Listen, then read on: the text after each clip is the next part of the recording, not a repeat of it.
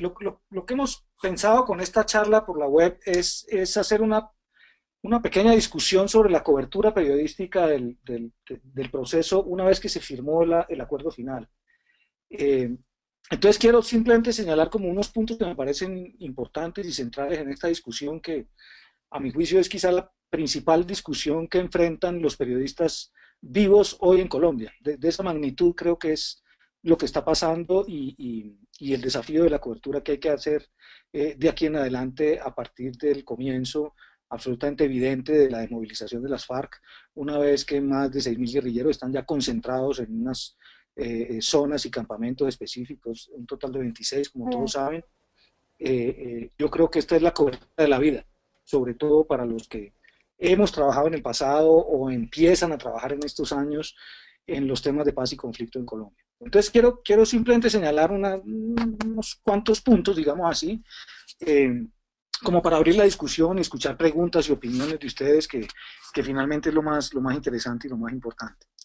Un primer elemento, yo no voy a hacer una presentación formal con PowerPoint y esas cosas, estoy trabajando aquí sobre notas que preparé y entonces voy a mencionar, como les dije, una serie de puntos. El primero, quiero empezar con un elemento crítico de la cobertura. Eh, eh, la noticia del acuerdo final, más allá de todos los avatares del plebiscito y del sí y del no y de que se decidió por el Congreso y no otro plebiscito, etcétera, cumplido ese proceso, es un hecho que el acuerdo final entre las FARC y el gobierno y el inicio sin retorno, diría yo, de la desmovilización de las FARC y su desaparición como organización armada que duró más de medio siglo, es la noticia del medio siglo en Colombia. Yo creo que desde la época de la violencia del Frente Nacional no enfrentábamos una noticia de esta envergadura. Y a mi parecer, yo sigo con mucha atención los medios regionales, los medios nacionales, los medios tradicionales y los nativos de Internet, blogs, etcétera. Creo que la cobertura no está haciendo honor al calibre de la noticia. Eh, Fue importante, hubo fotos, hubo portadas, hubo primeras páginas de lo que dieron casi todos los medios en llamar la marcha final de las FARC. Pero tuvieron muchísimo más prominencia, más espacio en la agenda periodística las noticias de los problemas, los inconvenientes, las discusiones sobre los puntos polémicos en el Congreso, sobre la Jurisdicción Especial para la Paz o la ley de amnistía. Si uno lo toma de conjunto, la gran noticia del fin de la guerra y el inicio de la desmovilización de las FARC tuvo menos importancia que las noticias de todos los líos innegables absolutamente y que también son noticias, por supuesto, de todos los líos que la rodean. Ese es un primer elemento que yo quiero señalar y que creo que es importante porque nos da una idea yo diría como del espíritu con el que nos estamos aproximando los periodistas y los medios de comunicación a la cobertura de este tema. Eh, eh, Segundo, aquí concurren una serie de circunstancias especiales colombianas que yo creo que es importante tener en cuenta para evaluar cómo manejar este tema. Eh, eh, el primero es ese, ¿no? Estamos ante la noticia del medio siglo, diría yo. El segundo es, estamos ante esa noticia de medio siglo en un país muy curioso, muy extraño. Es un país en el que hay, uno, un gran escepticismo frente al proceso. Eso no nos debemos decir mentiras, creo que es un sentimiento prevalente en una buena parte de la población urbana colombiana, de ciudades grandes y medias. Segundo, esto es pues, un lugar común absoluto en medio de una gran polarización en esta discusión entre oposición y gobierno, entre partidarios del acuerdo y contrarios al mismo, etcétera. Eh, Tercero, hay una gran indiferencia de la sociedad de las ciudades con relación a todo lo que ha pasado en el campo en Colombia. En los 150, póngale usted, municipios más afectados por el conflicto armado viven 10, 11 millones de colombianos. Del resto, de la mayoría de los demás colombianos, hay una gran indiferencia hacia esa importante minoría que es la que ha sufrido con todo el conflicto armado. ¿Ya? Y por último, y creo que es un elemento que es muy importante porque es nuevo, relativamente nuevo para los medios, como en tiempos de Trump, en Colombia estamos en los tiempos de la posverdad. Y que se maneja fundamentalmente a través de redes sociales, a través de todas estas cosas de noticias falsas, argumentos inventados que se vuelven virales, memes que hacen carrera porque son bien diseñados o sensacionalistas. Esa es una componente fundamental del trabajo periodístico hoy en día que no existía hasta hace muy poco y que ha jugado un papel muy prominente en la discusión pública en torno al proceso.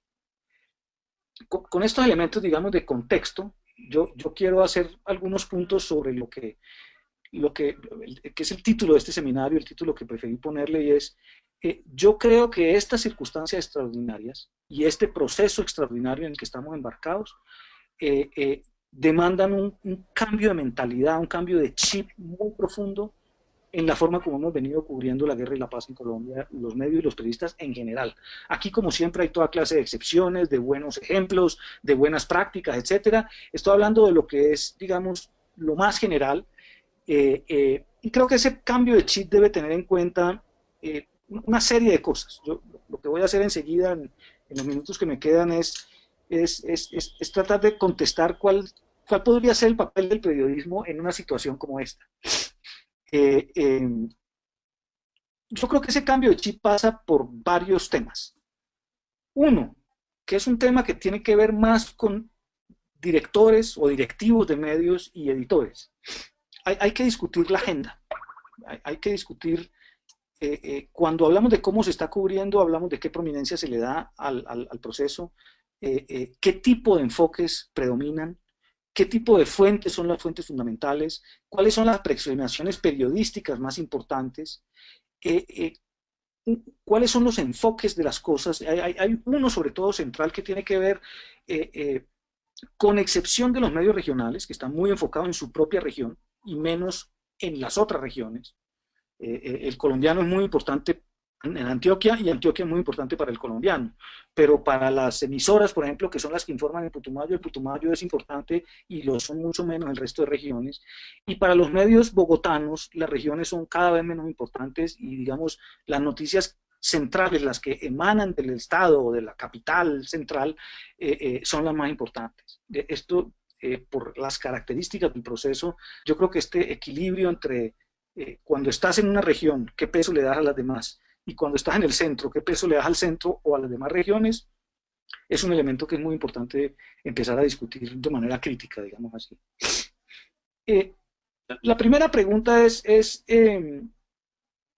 yo lo he hablado con muchos colegas periodistas, es ¿cuántas redacciones han hecho reuniones especiales para hacer un plan de cubrimiento de la implementación del Acuerdo de La Habana, o el Acuerdo del Teatro Colón, o el Acuerdo de Cartagena? Ya no sabemos qué nombre ponerle, pues, porque en este país somos demasiado creativos. Pero y me causa mucha curiosidad, y es una pregunta que les dirijo a ustedes que están escuchando, ¿en cuántas partes hay un plan discutido? Un plan, esto es una cosa que va a transformar a Colombia. Si este acuerdo se aplica, así sea en el 50%, al cabo de 8 o 10 años vamos a tener un país distinto y un país con una serie de problemas históricos que arrastraba que van a estar resueltos. Cambios de esa magnitud las sociedades los atraviesan solo muy de vez en cuando. En la vida de una persona a veces ni le tocan, o le tocan una vez. ¿Qué plan hay en las redacciones para cubrir esto? Estratégico, a mediano plazo, de peso que darle, de qué aproximación, qué línea editorial. No necesariamente uno tiene que ser amigo del proceso para tener un plan, puede ser crítico del proceso. ¿Ya? Medios hay de todas las orientaciones imaginables en Colombia. Ese es un primer elemento. Segundo, yo creo que podríamos sacar más, pero creo que hay 6 procesos que uno debería tener en cuenta para planear esta cobertura y para poder adelantarla de una manera consistente, que contribuya a un debate público de calidad, informado, que no contribuya a la polarización, a la diseminación de mentiras y de falsas informaciones que fueron tan comunes, por ejemplo, en la campaña hacia el referendo de todos los lados. ¿Ya? Esos procesos, si quieren ustedes, son como carriles de una misma autopista, ¿ya? Que yo creo que son a los que hay que prestarles atención en esta coyuntura, unos más inmediatos, otros más de mediano o largo plazo. El primero, ¿cómo se van a cubrir estos 180 días? Si es que resultan 180 y no se alarga un mes o dos por los atrasos que todos conocemos en el calendario de alistamiento logístico de las zonas veredales y los puntos transitorios de normalización, los campamentos. ¿Cómo va a ser la cobertura a los 180 días? Ya, digamos, la fase inicial, muy decisiva, de llegada de las FARC a esas zonas está prácticamente cumplida. No faltan sino dos grupos en el Caquetá, en una zona veredal que aún no está claro si va a funcionar o no va a funcionar, pero es un tema completamente menor.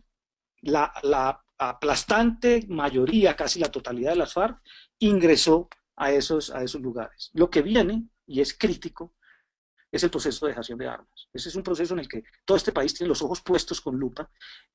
¿Cómo se va a informar de él?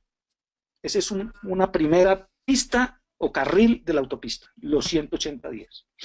Segundo, la implementación legislativa, la discusión en el Congreso. Si ustedes conocen los acuerdos, hay una batería más o menos de 50, por lo menos, proyectos de ley y reformas constitucionales que están siendo discutidos en el Congreso.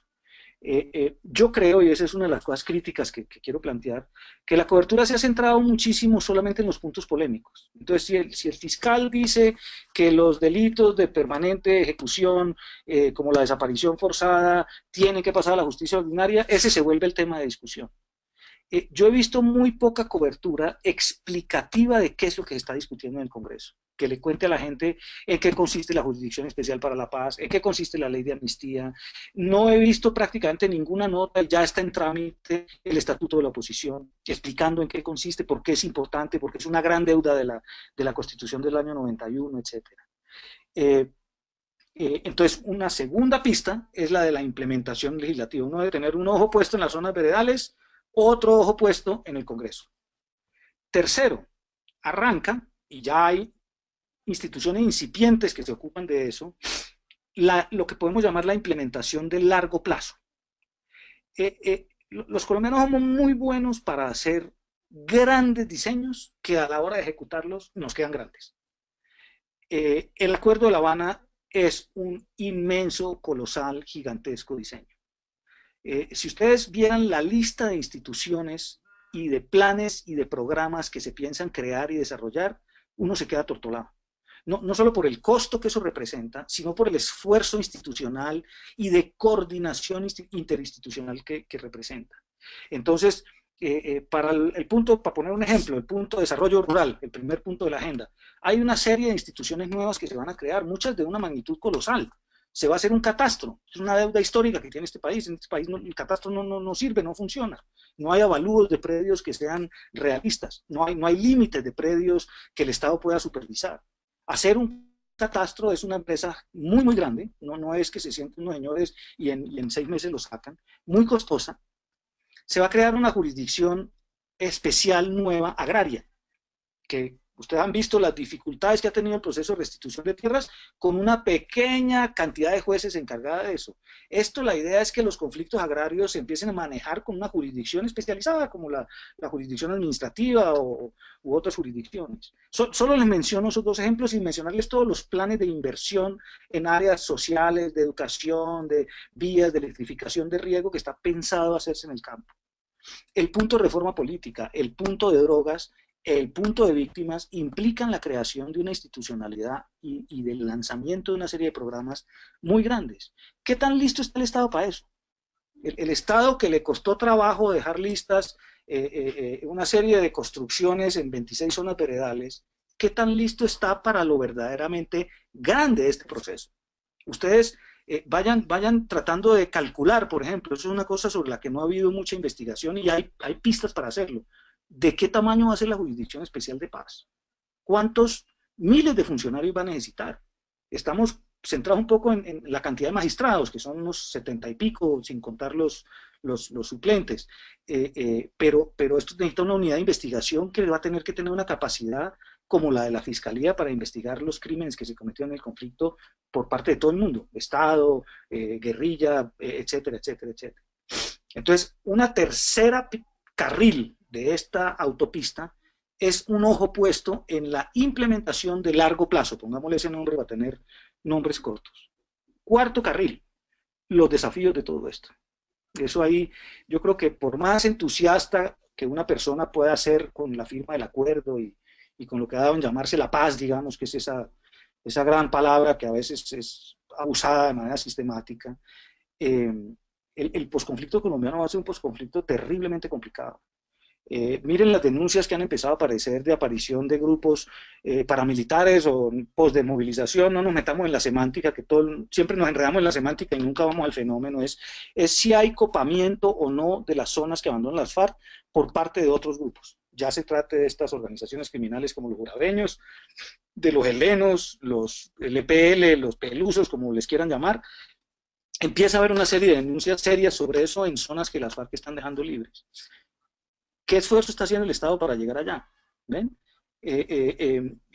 Los desafíos no pasan solo por temas de seguridad. La lista de desafíos es larga y no tengo tiempo para ponerme a detallar, pero yo creo que hay una serie de desafíos del Estado a nivel regional que es muy importante registrar. Y que es muy importante, sobre todo, que los medios nacionales registren para sensibilizar de alguna manera a la población urbana y a las audiencias urbanas con relación a los retos que significa la implementación del acuerdo en las regiones, por lo menos las regiones más complicadas por el conflicto armado. Entonces, cuarto carril, digamos así. Quinto, yo creo que hay que tener un foco especial, una mirada principal debe estar puesta en las regiones. Los medios regionales, por supuesto, la tienen, y tienen interpretaciones muy ricas sobre lo que pasa. Ahora les voy a poner el ejemplo de la detención esta de la caravana del grupo de la columna de las FARC del Frente 33 que salió de una vereda de La Gabarra hacia Caño Indio, en Tibú, para concentrarse, y verán la riqueza que hay cuando uno realmente conoce la región. Eso solo se puede hacer si uno está allá. Eso a control remoto desde Bogotá no funciona. Y la cobertura de las regiones, por lo menos en los medios nacionales, es muy pobre, es muy básica. ¿Ven? Y la cobertura de las regiones, que es muy rica en los medios regionales, es solo sobre su propia región. Entonces también, digamos, ahí hay como una desconexión de unas regiones con otras. En este país que es tan diverso regionalmente, esa preocupación solo por lo que uno tiene cerca al ombligo, tanto en Bogotá como en las regiones, contribuye a la pérdida del contexto nacional que es tan importante. Sexto, y no el menos importante, en esto hay que ser realistas. Todo este proceso, estas, digamos, 5 grandes pistas, van al lado de una pista que va a ir ganando cada vez más en importancia, en velocidad, en fenómenos, en noticias, que es la pista electoral. Este primer año de la implementación del acuerdo, por desgracia o por fortuna, lo sabremos en mayo o en junio de 2018, coincidió con la campaña electoral. Entonces, la cobertura electoral es una parte integral de la comprensión de este proceso, esta coyuntura y la perspectiva hacia dónde estamos yendo nosotros en Colombia. En ese marco es que yo pienso que tenemos que plantear un cambio de chip en la cobertura. Yo pues tengo ya unas ciertas canas aquí, varios de los que están escuchando supongo que también, y muchos de los demás son jóvenes que están empezando en la cobertura de estos temas. Todas estas generaciones de periodistas, los viejos y los nuevos, nos formamos cubriendo la violencia del conflicto armado. En Colombia ha habido muchas manifestaciones de paz y de esfuerzos de resistencia al conflicto y de generación de diálogo y de opciones negociadas y pacíficas, pero el foco, el centro de la formación periodística en estos años ha sido la cobertura de la violencia y del conflicto armado. Por primera vez en varias décadas, a los periodistas nos toca enfrentar la cobertura de una cosa que no es violenta. Vamos a tener que ver fenómenos violentos. La guerra con el ELN continúa pese a la negociación, está todo este fenómeno de las llamadas BACRIM o organizaciones de crimen organizado, como las llaman ahora, o de delincuencia organizada, dependiendo del nivel que tengan, pero esas manifestaciones de violencia van a continuar y van a ser una parte importante de la cobertura, pero el centro de la cobertura es que se acabó una guerra con la organización guerrillera más importante y más longeva. ¿Cómo vamos a cubrir eso? Esa es una pregunta que yo creo que es casi existencial para el periodismo colombiano. ¿Cómo lograr hacer el tránsito de cubrir la guerra a cubrir la paz? Y eso implica una serie de cambios muy profundos en la actividad periodística. Yo quiero aquí, para cerrar la conversación, la parte mía de la conversación, mencionar algunos. quiero solo, algunos tienen que ver con viejos reclamos de muchos en el oficio, que muchos hemos venido discutiendo en el oficio y en los que hay consensos en el mundo periodístico, pero que finalmente nunca terminan aplicados. Eh, eh, el, el primero es ese con el que empecé. Yo creo que el primer elemento de un cambio es hacer un plan de cobertura de esto.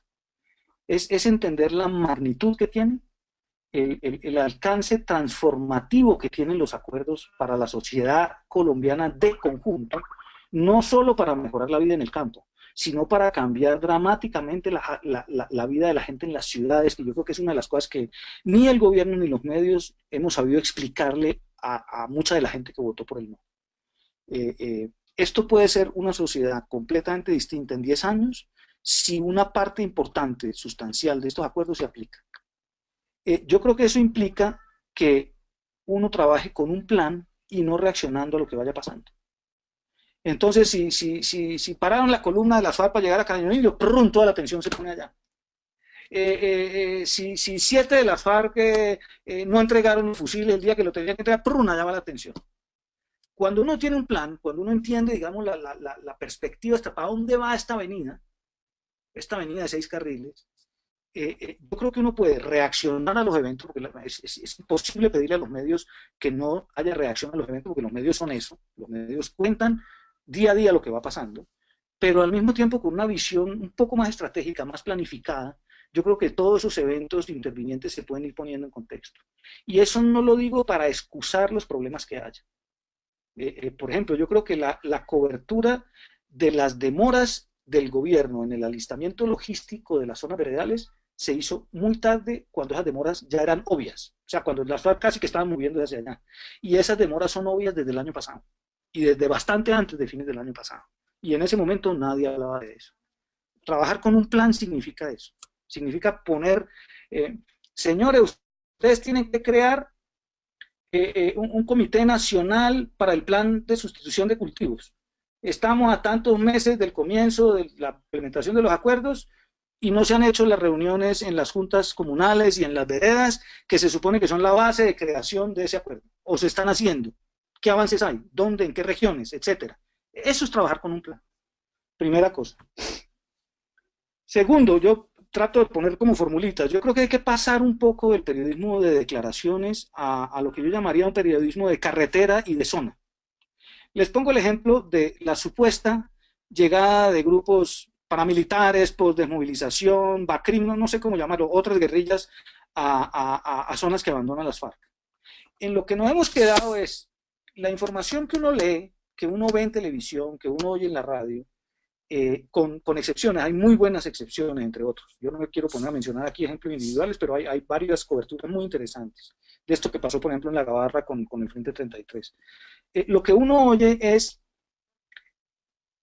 organizaciones campesinas denuncian la llegada de paramilitares apenas salieron las FARC. Día siguiente, Ministerio de Defensa desmiente la llegada de paramilitares a las zonas que abandonan las FARC. Gobierno colombiano dice que no hubo desplazado a Venezuela. El gobernador del Zulia dice que atendieron 350 personas colombianas desplazadas el lunes. ¿Qué es verdad?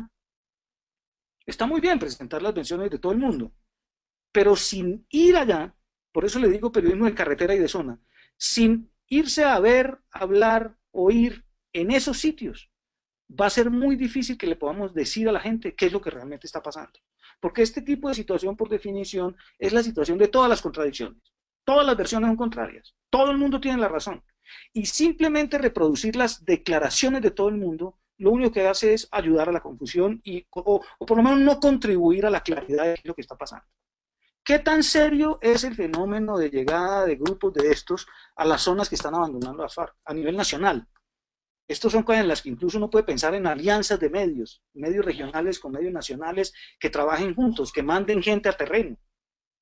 Y esto no se puede hacer sin estar ahí, que es, digamos, uno de los temas, de las características del ADN periodístico, puede haber 1000 fuentes, pero una fuente clave, una fuente central, es el periodista que está en el sitio donde pasan las cosas, habla con la gente, recoge los testimonios y trata de aclarar qué es lo que está sucediendo.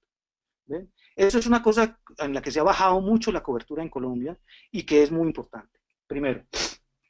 Segundo, yo creo que un tema que es una componente integral de la cobertura periodística en estos tiempos es discutir muy bien, y sobre todo en este caso, en este caso específico de la cobertura de la implementación del acuerdo de paz, el tratamiento que se le va a dar a las redes sociales y al manejo que las redes le dan a la información. Normalmente en la tradición, digamos, periodística, lo que se hace es que se cita la declaración del señor, no importa si el señor está diciendo mentira o no está diciendo mentiras. Yo creo que esta actualidad de las redes sociales impone que el periodismo tenga que explicar a la gente cuando una cosa es mentira, hay que decirlo con claridad. Trump no puede decir las cosas que ha dicho, algunas de las cosas que ha dicho, sin que algún medio señale, perdóname, pero esa estadística no es verdad. La estadística de tal fuente, que es la fuente que es más confiable, o de tales 4 o 5 fuentes, es tal. Y lo mismo ocurre aquí en Colombia. Aquí en eso estamos en un entorno muy parecido y que contribuye a crear una confusión y una polarización públicas muy grandes. Entonces ahí yo sí creo que hay que pasar un poco del periodismo de reproducir declaraciones al periodismo de producir contexto. Del periodismo de reproducción al periodismo de contextualización, que es muy importante. Ese es otro elemento. Tercero, yo creo que tenemos un inmenso desafío los periodistas. El arte de esta profesión, si ustedes quieren, en un cierto sentido, es la simplificación. Simplificación en el mejor sentido de esa palabra. Si usted pone a un oncólogo a escribir en un periódico sobre cáncer, a la quinta línea, todo el mundo abandona la suscripción al periódico. Pero si usted pone un buen periodista médico a escribir sobre cáncer, eso le aumenta la cantidad de lectores, eso aclara a los lectores un montón de cosas sobre la enfermedad, sobre la cura, sobre todo. ¿Ven? Nosotros yo creo que en la cobertura del proceso hemos padecido la misma dolencia que el gobierno, en general, como les digo, siempre hay excepciones, quiero insistir en eso. Hemos sido muy malos para explicar los acuerdos. Hemos sido muy ágiles y muy oportunos para explicar las diferencias, las discusiones, los debates, las polémicas, los puntos negros. Pero en la labor cotidiana de explicación, el periodismo ha sido muy débil. Y en una sociedad como la colombiana, con las tensiones, la polarización, el escepticismo que tenemos, la labor explicativa del periodismo juega un papel fundamental. Y ese es otro elemento de este que yo llamo cambio de chip. Yo creo que tenemos que empezar a insistir mucho en cubrir las polémicas, cubrir los debates, cubrir los puntos oscuros, cubrir las falencias del gobierno, de las FARC, de la Fiscalía, de la Procuraduría, de todo el mundo, pero tenemos que darle un énfasis muy grande a la explicación. Entonces les pongo el ejemplo, por ejemplo, la ley de amnistía en el Congreso. Lo que el público sabe de la ley de amnistía en el Congreso en general son las peleas que el fiscal ha tenido con relación a algunos de los temas de la ley de amnistía, los reclamos de las FARC, porque no se los está amnistiando rápido, no sé si vieron la entrevista de Enrique Santiago hace poco, pero sobre el contenido de la ley yo he visto muy poca información, en televisión, prensa y radio, y en internet. ¿En qué consiste? ¿Quiénes son los amnistiados? ¿Por qué hay que amnistiar a unos, por qué no a otros? ¿Qué pasa con los que salen indultados y cuál es la diferencia con los que salen amnistiados? ¿Y cuál es la diferencia con los que no reciben ni indulto ni amnistía? ¿Aplica esto a las FARC o aplica a agentes del Estado? Estas preguntas básicas, digamos, los ABCs de cosas que son sumamente complejas, son una responsabilidad fundamental del periodismo en cualquier sociedad. Es como escribir de cáncer. Y con ese enfoque de gente brillante, inteligente, que escriba bien, que hable bien, que se vea bien en cámara, que explique bien el cáncer y que explique bien las múltiples, complicadísimas componentes de este proceso de paz. Ese es otro elemento que yo creo que está haciendo mucha falta. Eso requiere un conocimiento muy detallado de los acuerdos y un seguimiento muy detallado de la evolución de las discusiones entre las FARC y el gobierno que han salido casi completamente de la luz pública. Yo no he visto un reportaje sobre cómo funciona la famosa CECIBI. Aquí tenemos unas siglas pues a las que nos vamos a tener que acostumbrar porque son todo un enredo, pero esta es la Comisión Conjunta de Implementación, de Verificación de la Implementación de los Acuerdos entre el gobierno y las FARC. ¿Cómo está funcionando? Ya está creada hace rato y hay representantes de la guerrilla del gobierno. ¿Dónde se reúne? ¿Quiénes están participando? ¿De qué discuten? ¿Qué diferencias hay? ¿Qué puntos de acuerdo hay? Ese tipo de cosas no la estamos viendo. La implementación del proceso surge como una noticia a medida que surgen sus incidentes, pero no se mantiene como una noticia prominente en la agencia periodística en la medida en que son una serie de procesos muy profundos y muy transformadores de la sociedad que ya están caminando. Por último, quiero cerrar con un último punto que yo también creo, y creo que es una de las cosas que más trabajo va a costar a los medios en Colombia, es la guerrilla en general y las FARC en especial se han cubierto históricamente como un enemigo de la sociedad, un enemigo malvado, satanizado, demonizado. Las FARC han hecho muchas cosas y en buena medida se ganaron esa reputación, si ustedes quieren. Pero las FARC entraron en un proceso de movilización, firmaron un acuerdo con el gobierno, se van a desarmar y van a entrar a la política legal. El tratamiento de las FARC como enemigo terminó y no ha terminado en los medios. Yo veo el lenguaje a veces, yo veo llamar a las columnas que demueven facción subversiva, cabecillas, la reproducción de todo el lenguaje militar todavía. Eso es cosa del pasado. Si usted quiere una cobertura completa del proceso de paz, las FARC cada vez son más fuentes, no nos echemos cuentos, cada vez están más presentes en la cobertura, cada vez hablan más, cada vez los periodistas las citan más. Pero esta imagen, el tránsito del enemigo al adversario, el tránsito del personaje que uno tiene que satanizar para justificar matarlo, al personaje con el que uno no está en absoluto de acuerdo, pero con el que se puede discutir sin necesidad de hacerle daño, ese es un tránsito colectivo, es un tránsito del imaginario de la sociedad. Y una componente fundamental para que una sociedad logre hacer ese tránsito sin traumatismos son los medios de comunicación y los periodistas. Entonces, entiéndase bien, yo no estoy diciendo que haya que hacer borrón y cuenta nueva con los crímenes de las FARC. Viene una comisión de la verdad, viene un sistema especial de justicia que se va a ocupar de los crímenes de ellos y de los crímenes de los otros que son igual de horrendos, pero que en la narrativa que se ha impuesto en la sociedad no tienen el mismo peso. Ustedes comparen el peso de la cobertura del secuestro con el peso de la cobertura de la desaparición forzada. Y en Colombia hay el doble de desaparecidos forzados que el doble de secuestrados. La cobertura del secuestro está por aquí en la agenda mediática y la cobertura de la desaparición forzada está fuera de la pantalla, por abajo. Entonces, eso también son cambios que es muy importante tener en cuenta para ver cómo se maneja esto. ¿Ven? Yo quiero cerrar diciendo, esto no es un problema ideológico. Esto incluso para mí no es un problema de ser partidario o contrario al proceso de paz. Yo creo que cualquier periodista serio entiende la magnitud de lo que está empezando a ocurrir en Colombia, porque ya empezó. Todavía está por ocurrir, pero ya arrancó. Esto es un problema de que entendamos que Colombia está abocada a una transformación muy profunda si estos acuerdos se aplican de manera seria y juiciosa. Y el papel fundamental del periodismo en una circunstancia de estas es acompañar ese proceso, contarlo de la mejor manera posible, de la manera más creativa posible, de la manera más atractiva posible. ¿Estamos haciendo eso bien o no? Yo creo que es una gran pregunta que todos nos debemos plantear. Daniela, si puedes empezar con la conversación y las preguntas. Sí, listo, aquí estoy. Hay una pregunta de Stephanie Díaz Granados. Ella es estudiante de periodismo de la Universidad Sergio de Arboleda de Santa Marta.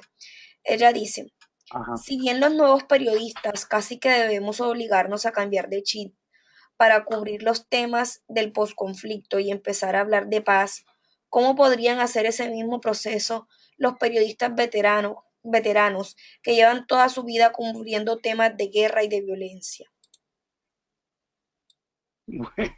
Muy bien. No, no sé si hacemos una sola pregunta o hacemos como de a tres o una cosa así, porque de pronto resultan conexiones y eso. Ah, bueno, vale. Acá hay otra de Sergio Rengifo. Él dice, ¿qué estrategias se podrían implementar para que la audiencia también se eduque en la manera como se informa? Ajá. Y hay otra de Dairo Reyes. Él dice, el reto es de los medios, pero no sacamos a nuestra Colombia adelante sin el compromiso de los empresarios para entender la dimensión social del posconflicto y la gente a la que nos toca cualificar y ocupar para alejarlos de acciones violentas como mecanismo de relacionamiento y comunicación. Este era más bien un Ajá. comentario, no una pregunta. Sí. Sí, pero se puede comentar el comentario también. Ujú. Venga, vamos por las tres estas primeras, primera tanda. Vale. La compañera Santa Marta que pregunta, mire, yo tengo mucha más fe en los jóvenes que en los viejos. No, no debería decir eso, pues, porque es como hablar mal de mí mismo, pero yo creo que son mucho más sensibles, más susceptibles de cambio los periodistas jóvenes. Los periodistas viejos somos muy resabiados.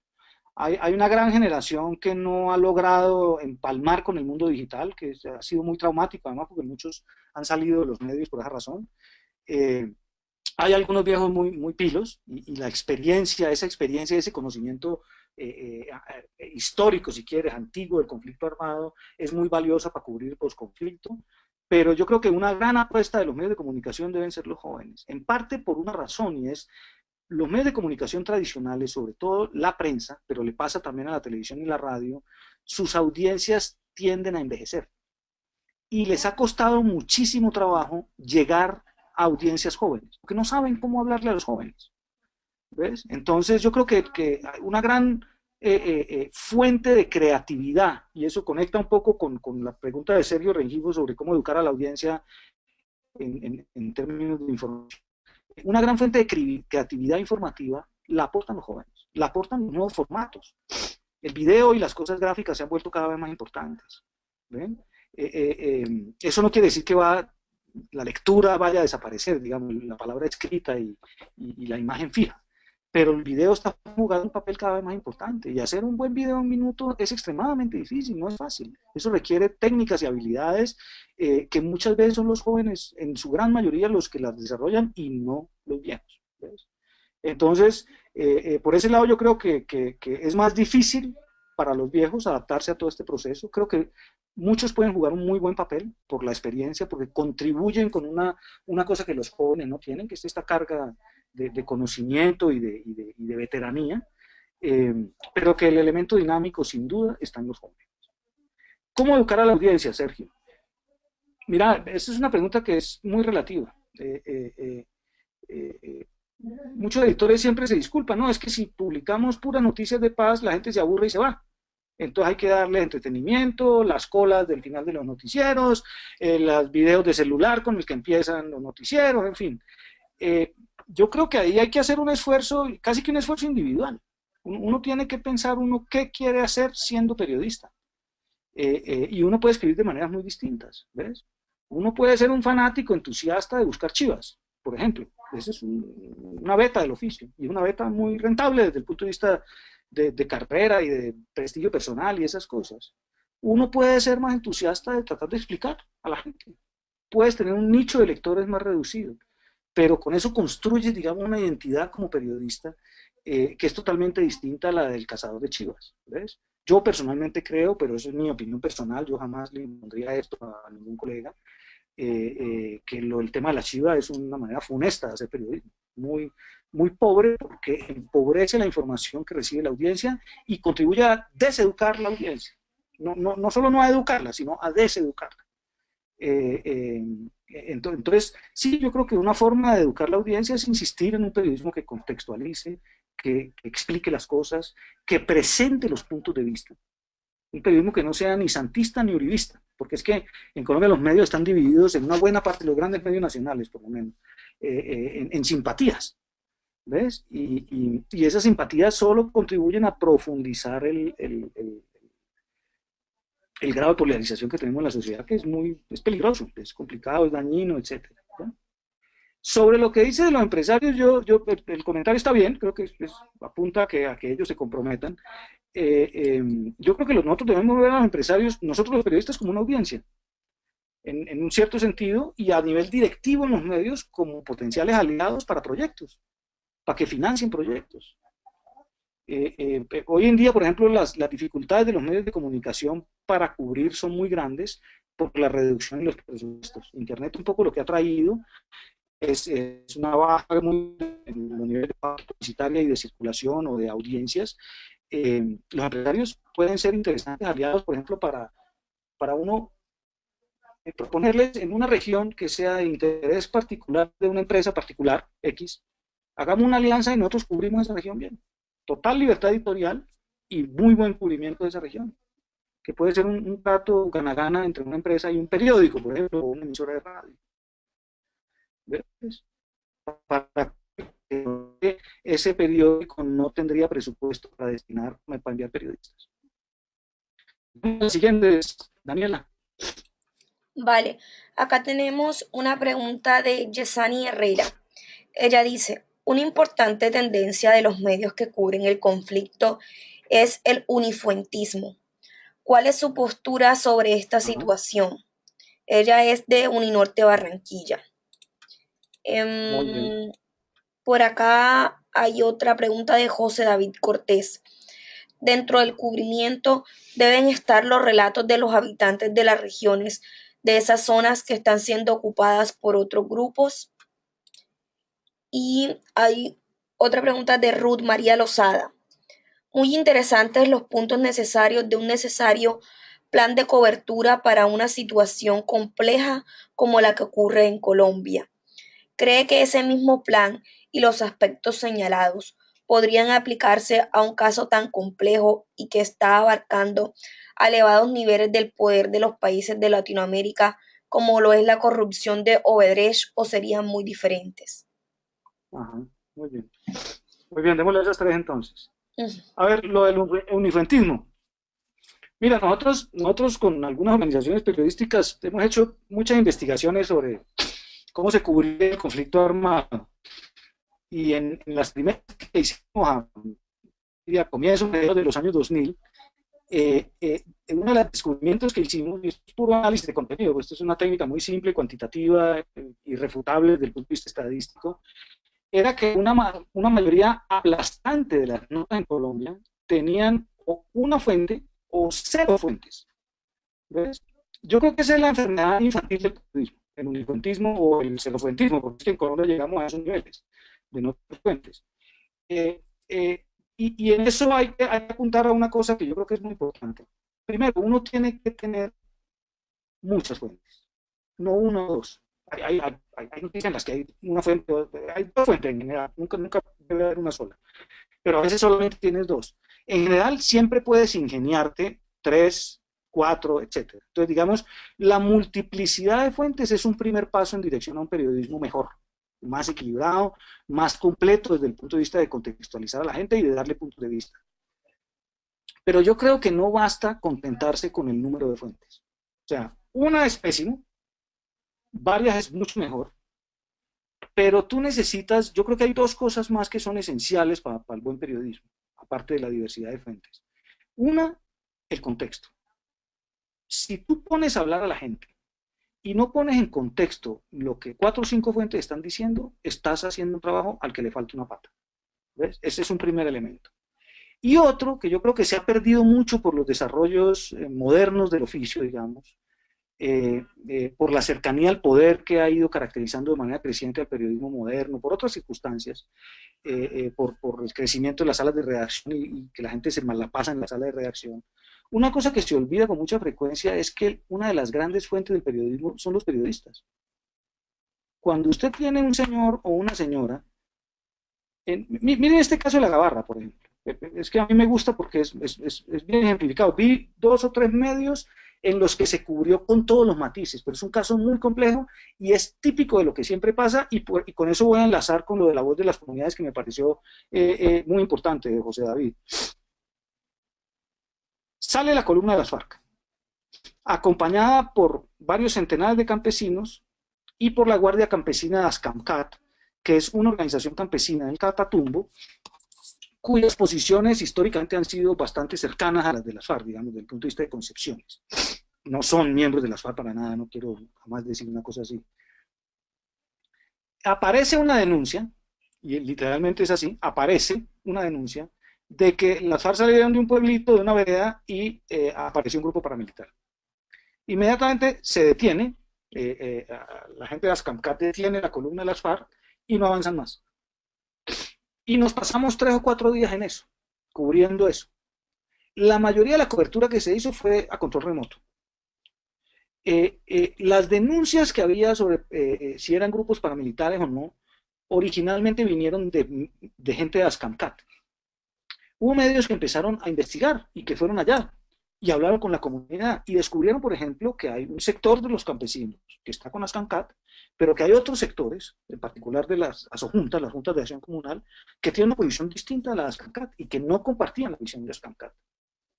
Yo no conozco ningún medio, las denuncias de aparición de nuevos grupos en estos días se han redoblado, sobre todo en las zonas, para los que conocen esa zona del norte de Santander, en Río de Oro, y un pueblito que se llama La Pista, al otro lado de la frontera. Ahí en la frontera, perdón. Eh, eh, ¿Quién ha ido a Río de Oro y a La Pista? Yo no he visto a nadie todavía. Y cuando les digo que el periodista es fuente, es porque esto es lo que puede ayudar a aclarar hasta dónde son ciertas las denuncias, hasta dónde hay cierta, digamos, manejo de Ascamcat, cuál es la posición de las subjuntas, cuáles son las diferencias en la comunidad. Esas comunidades nunca son homogéneas, como no lo somos en ninguna parte en Colombia. Ir y oír a la gente tiene eso de importancia. Que uno empieza a ver todos los vericuetos y las complejidades de las sociedades locales, que no son monolíticas, que han estado estigmatizadas por años como guerrilleras, y cuando uno llega a hablar allá con la gente, hay mucha gente que no quiere a la guerrilla, y hay otra que simpatiza con la guerrilla porque cree que el que tiene que tenerle miedo es al Estado, porque el Estado le ha dado razones para tenerle miedo. ¿Ves? Entonces, ahí conecto esas dos cosas. Yo creo, como lo dice José David, que es absoluta, cuando digo que hay que reenfocar la cobertura hacia las regiones y los territorios y lo local, lo que estoy diciendo es eso. Hay que irse a la carretera, hay que irse a la zona, hay que irse al pueblito, hay que irse a la vereda, y hay que hablar con la gente. Y hay que ver en los sitios donde hay denuncias de que llegó tal grupo, apareció tal cosa, si apareció tal cosa o llegó tal grupo. Eso es parte fundamental de todo esto. Odebrecht. Mire, este es un país de síndromes, de ataques. Entonces estábamos con la demovilización de las FARC y ¡juáquete! Se nos volteó la agenda al tema de corrupción y a Odebrecht. Y estábamos con Odebrecht y Oscar Iván Zuluaga y ¡paz! El fiscal volteó la agenda a Odebrecht y la campaña Santos. Y estábamos con Odebrecht y la campaña Santos y ¡fum! De pronto se volteó la arepa y entonces ahora parece que la denuncia contra la campaña Santos no era. Entonces, y quién sabe cómo vamos a estar la semana entrante. Entonces, parte de tener un plan es que uno mantiene, es como cuando uno maneja un barco muy grande, uno de esos barcos de contenedores. La labor principal de un capitán de ese barco es mantener el rumbo. Si el señor sale de Liverpool y va para el puerto de La Plata, al otro lado del Atlántico, en el sur, en Argentina, el señor tiene que llegar exactamente al puerto de La Plata, que es un puntito perdido en el planeta cuando uno está saliendo de Liverpool. Pero si el señor empieza con cada fogonazo y cada estrella que le aparece a desviar el barco para allá y desviarlo para acá, el rumbo se pierde. Entonces, un tema como el de Odebrecht es muy importante. Y el tema de Odebrecht, creo yo, y me parece que algunos lo están haciendo así, debe ser objeto también de un plan de cobertura. Es demasiado grande. ¿Cómo lo vas a investigar? ¿Por dónde lo vas a coger? ¿Con quiénes vas a hablar? ¿Vas a mandar periodistas a Brasil? ¿Vas a mandar periodistas a los otros países? ¿Vas a tratar de hablar con medios o con fuentes de otros países? Todo eso hay que organizarlo muy bien, ¿ves? Entonces, para estas coberturas grandes, desafiantes, difíciles porque no son fáciles, hay que tener un plan. Si no, no funciona, ¿me entiendes? Cojan el caso de Trump. A mí ese ejemplo me ha parecido muy interesante. No sé los que estén al tanto de la política en Estados Unidos. El asesor de seguridad nacional de Trump renunció ayer, envuelto en un escándalo muy grande por una conversación que tuvo con el embajador ruso cuando ya Trump había ganado las elecciones, pero ellos todavía no estaban posicionados como gobierno. Y en Estados Unidos es ilegal que particulares, que no son miembros del gobierno, hablen con gobiernos extranjeros sobre política exterior. Este señor habló, efectivamente, sobre las sanciones que Obama le había puesto a Rusia, con el embajador ruso. Cuando se lo preguntaron, mintió y dijo que no lo había hecho. El Washington Post y el New York Times empezaron a averiguar. Y empezaron a averiguar con el FBI y las agencias de seguridad gringas que graban de manera regular las conversaciones de diplomáticos extranjeros. Y encontraron que efectivamente el señor Mattis había hablado con el embajador ruso de las cosas que él mismo había negado haber hablado. Y el señor se cayó. Si tú no tienes un equipo capaz de hacer esas investigaciones, no cubres Odebrecht. ¿Ves? Yo creo que y eso es parte de tener un plan. Es dedicarle recursos y dedicarle cosas a ver de manera crítica los gobiernos, los candidatos, las campañas, las administraciones, no sé, estatales, locales, regionales, etcétera.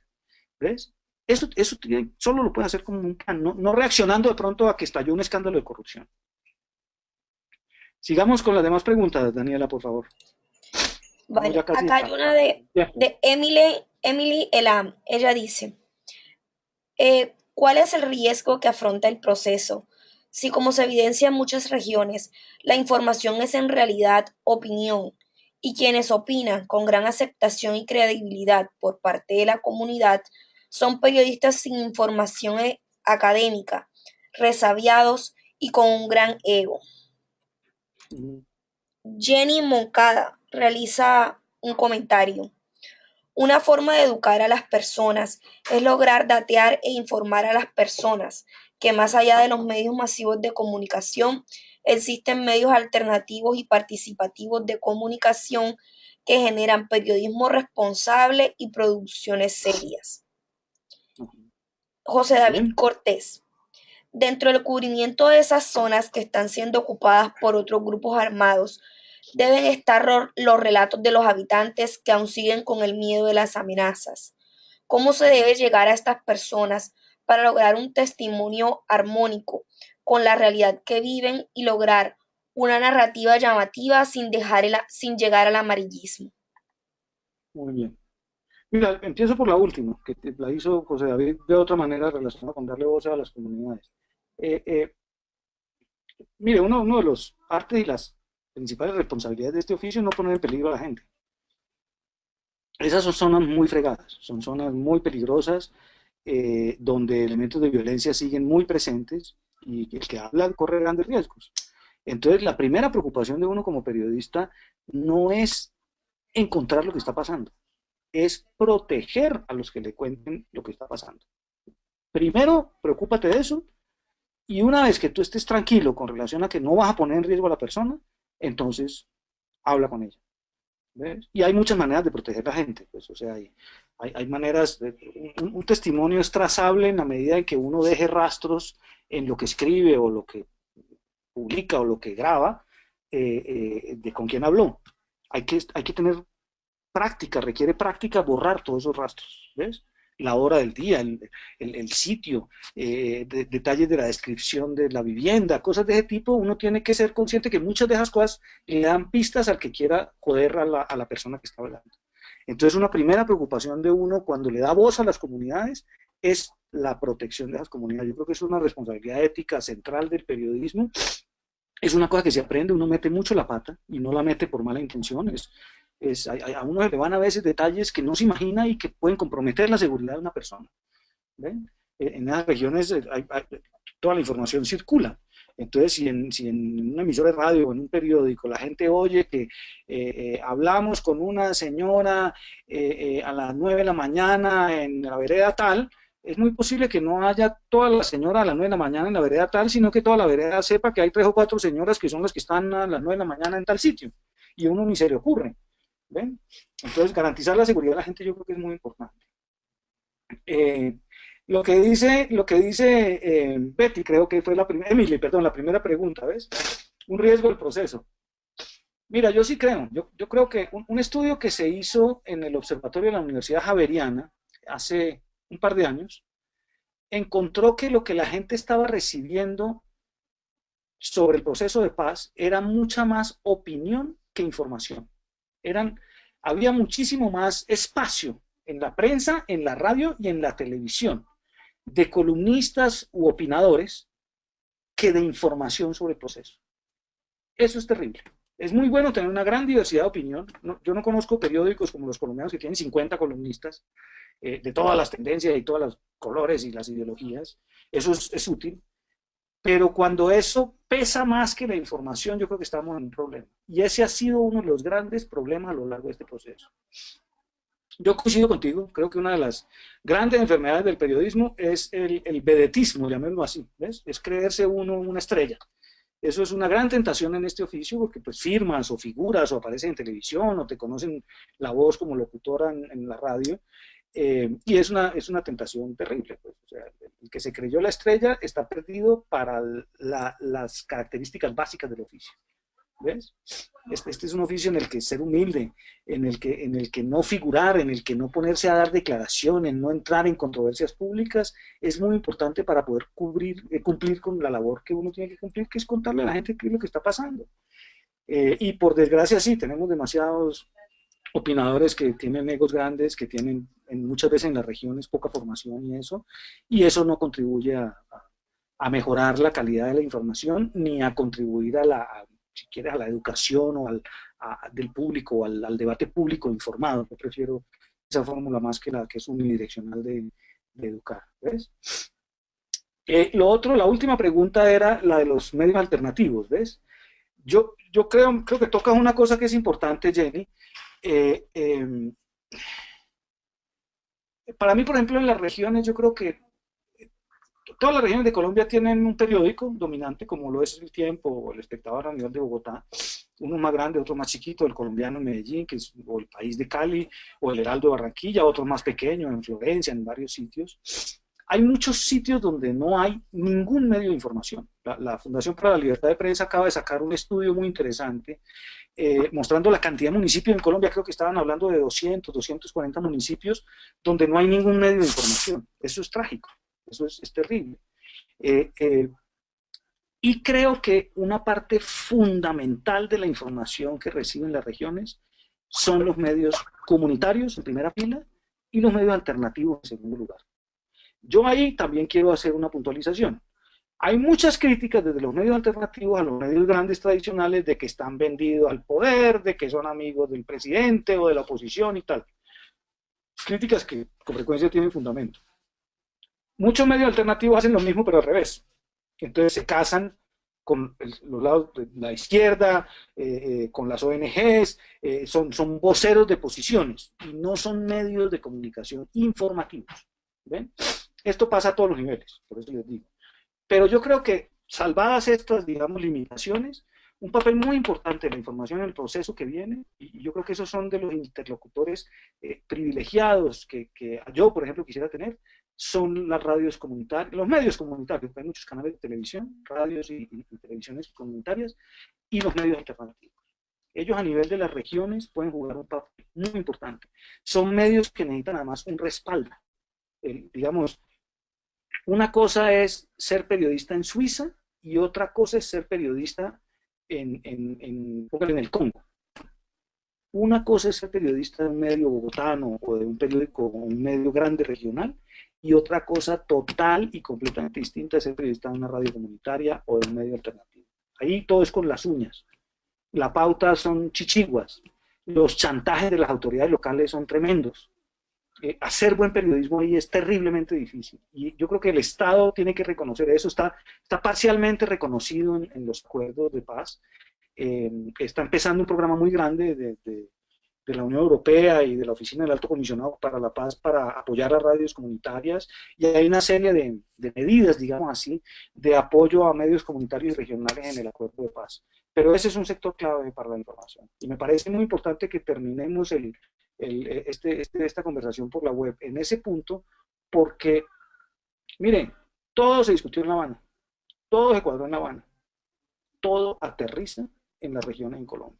Allá es donde debe estar el centro de la cobertura. Allá es donde vamos a saber si este proceso funciona o no, no en Bogotá. Aquí vamos a tener una fase muy protagónica, toda esta fase de leyes en el Congreso, etcétera. Pero de ahí para adelante, la implementación es toda, absolutamente toda, a nivel regional. Si allá funciona, este proceso sale adelante. Y si de allá no informamos, la información que vamos a hacer es muy floja. Y hay medios que están en una posición privilegiada para informar, porque tienen un conocimiento de primera mano fundamental, son los medios que están en esa región. Y muchos de ellos son comunitarios alternativos. Creo que con esto llegamos al límite de tiempo o seguimos, Daniela. Bueno, ya son las 4. Si tú quieres, te puedo leer una pregunta más. O si no, ya dejamos Claro, yo no aquí. tengo problema. Vale, Al contrario, yo listo. creo que aquí sí todo el mundo. Sí, es que hay bastantes preguntas en realidad. Bueno, Dale. eh, un comentario creo que es de Emilia Josefina Jiménez. Ella dice, si bien América Latina empieza a ser noticia internacional a partir de los años 60 por la violencia y el narcotráfico, Podemos ver con lo que has explicado, Álvaro, que esto no ha cambiado. Se siguen publicitando la guerra a través de los medios en Colombia, y no solo en los medios, sino también en las novelas que hacen del país. Esto creo es muy importante. Ahora, ¿por qué cree usted que todos los medios de comunicación colombianos se han perfilado por esto? Ujú. Muy Eh, bien. Miguel Ángel Molina. Observo que una gran dificultad es la fragmentación informativa que responde a criterios poco objetivos, contribuyendo a la fragmentación territorial. ¿Cómo Ujú. garantizar una cobertura más objetiva y una mejor integración regional entre diversos medios informativos que coadyuven a informar mejor a la ciudadanía? Muy bien. Y hay de Misael Enrique. Si bien la sociedad Ujú. colombiana está acostumbrada a escuchar noticias del conflicto desde hace más de 50 años, ¿cómo hacer para llamar la atención a noticias positivas de Muy este bien. cambio? Listo, yo Muy creería que bien. estas serían las últimas tres que tengamos el día de hoy. Perfecto. Muy bien. Vamos a darle a ver. Las tres están bastante complicadas.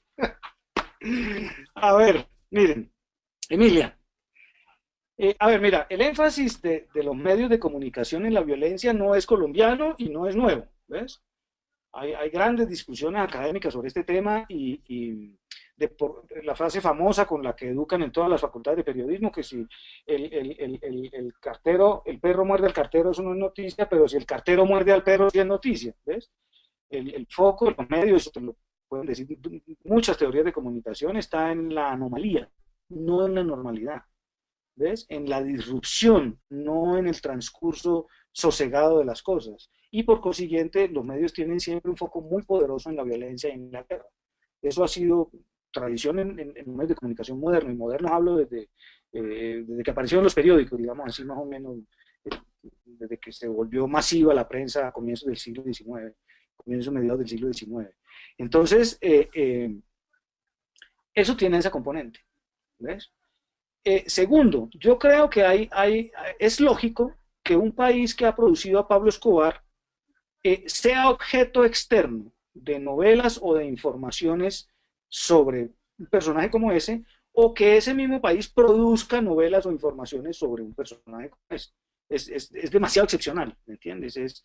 La pregunta que yo me hago no es por qué es tan malo hacer novelas sobre Pablo Escobar. Yo me hago la pregunta contraria, es ¿por qué Colombia fue el país que produjo a Pablo Escobar? ¿O por qué México produjo al Chapo? ¿Ves? Yo creo que es una pregunta existencial que los colombianos tenemos mucha dificultad en contestar para no entender el tipo de sociedad tan peculiar y tan complicada que tenemos. Ese es un primer elemento. El segundo, yo sí creo que ya llegamos a un nivel de saturación, me parece, y creo que lo expresa la discusión pública. El desempeño regular de esta novela de Popeye en Caracol, por ejemplo, ahora, las polémicas que ha habido sobre las últimas cosas que se han hecho sobre Pablo Escobar y todo, expresan que también, bueno, oiga, a veces llegó el momento de pasar la página y ya suficiente, ¿entiende? Ya de Pablo Escobar se han hecho yo no sé cuántas películas, no sé cuántas novelas sobre los narcos en general, no solo Escobar. Entonces, llega un momento en que la sociedad dice, suficiente, ya no es, eso no nos interesa, ¿ves? E incluso grandes apuestas de entretenimiento, como esta de Popeye, pueden llegar a verse en problemas de audiencia por esa razón, porque el estado de ánimo de la sociedad con esas cosas, Emilia, cambia mucho, ¿ves? Entonces yo sí creo aquí tenemos una larga tradición de énfasis en la violencia. Tuvimos durante muchos años una cobertura del conflicto que enfatizaba en los incidentes y no en el contexto y las explicaciones de por qué esos incidentes tenían lugar, que enfatizaba en el aspecto criminal de las guerrillas y no en su lado político, que es importante también y que lo han tenido siempre. Y yo creo que eso ha contribuido a unas narrativas muy simplificadoras en la sociedad y son narrativas que se han afincado, especialmente yo creo que se afincaron mucho en los dos gobiernos de Álvaro Uribe, que contribuyeron a simplificar la situación colombiana, como ocurre siempre. El gobierno de George Bush hijo convirtió el mundo en un sitio de malos y buenos, donde los malos eran los terroristas de Osama Bin Laden y de Al Qaeda. El gobierno de Uribe ganó, yo creo que una de las grandes victorias de Uribe no fue la guerra militar, que no logró ganarla finalmente, sino la guerra narrativa. En ese gobierno se instaló en la conciencia de la mayoría de los colombianos que todos los problemas de Colombia son culpa de las FARC, del demonio de las FARC. ¿Ves? Y salir de ese tipo de imaginarios simplistas es muy difícil. Los políticos explotan mucho eso. Los medios son un gran vehículo para ese tipo de narrativas. Eso es un problema muy complicado. Y un poco lo que yo traté de explicarles en la introducción que hice es, yo creo que debemos hacer justamente lo contrario. Ahora que estamos en una situación, y de eso voy a hablar al final, en la que las noticias han cambiado de carácter, porque tienen que cambiar, porque la realidad cambió de carácter, en la que ya la violencia no es la noticia principal, ni la guerra, ni la ideología, ni el anticomunismo, ni el antiguerrillerismo, digamos. Uno de los grandes esfuerzos va a ser lograr construir narrativas que sean atractivas para la gente y muy distintas a las noticias que está acostumbrada a recibir. Sería muy triste si, terminado este conflicto, desmovilizada las FARC y convertida en partido político, en todos los noticieros de televisión seguimos con videos de seguridad, de robos y asaltos de Transmilenio y en las joyerías y en las farmacias y esas cosas. Si eso es lo que va a seguir abriendo las noticias en Colombia, va a ser muy difícil construir una narrativa distinta en la sociedad. ¿Verdad? Eso es un primer elemento como respuesta a la pregunta de Emilia. Esto tiene que ver, y esto se lo digo a Miguel Ángel, con el tema de la fragmentación de la información. Mira, yo creo que es un fenómeno que es absolutamente inevitable. En esto uno tiene que ser realista. Hoy en día es imposible desfragmentar la información y volverla una cosa, un todo más o menos coherente y unificado en un solo lugar, digamos así. La época, digamos, de los medios de comunicación monopólicos está llegando a su fin. Eso es visible en todo el mundo. Hay unos medios muy importantes, pero tú no te imaginas la competencia que tiene el New York Times en Estados Unidos en términos de información por Internet. Es impresionante. No estoy hablando de Colombia. ¿Ves? Y la fragmentación ha contribuido o ha reforzado un fenómeno, yo creo que ha reforzado el fenómeno, pero a la vez obedece a ese fenómeno, y es que lo que está muy fragmentado son las audiencias. El gran fenómeno moderno es el fenómeno de la fragmentación de las audiencias. Entonces, audiencias múltiples tienen intereses múltiples muy distintos. Y cada vez hay más medios que responden a nichos específicos de la audiencia. ¿Ves?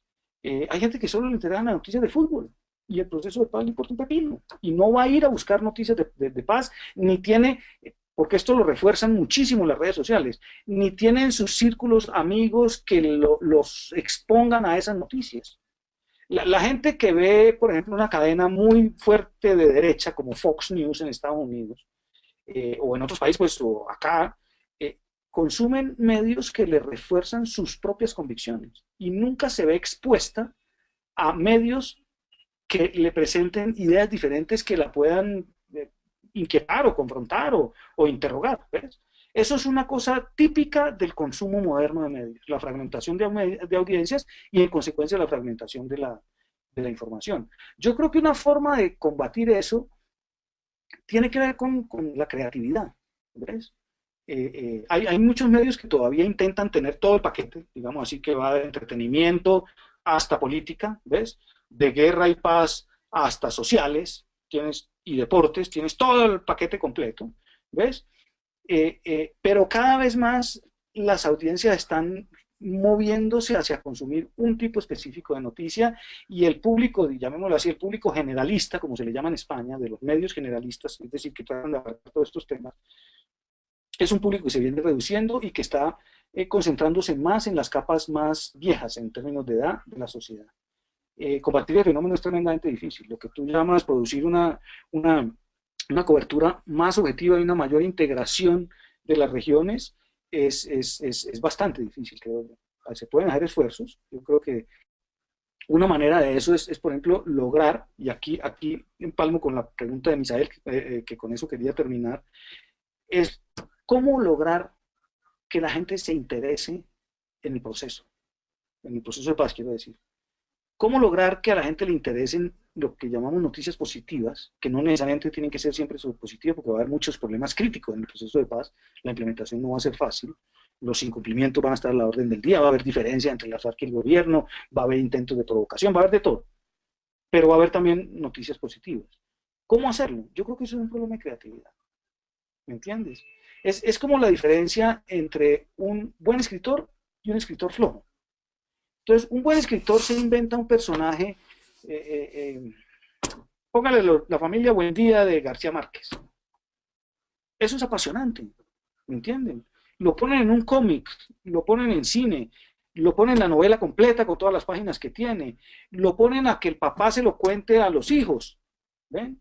Lo ponen como se hacía en el siglo XIX, serializado en un periódico que publicaban los fines de semana, la novela por capítulos, y la gente lo lee. ¿Por qué? Porque es creativo, porque está bien escrito, porque es responsable con la realidad, porque te pinta la realidad de una manera que tú no la conoces. Toda Colombia no sabe cómo funciona la montañita, no sabe cómo ha sido la vida allá, no sabe cómo era la vida con las FARC, no sabe cómo es la vida ahora, no sabe cómo va a ser la vida después.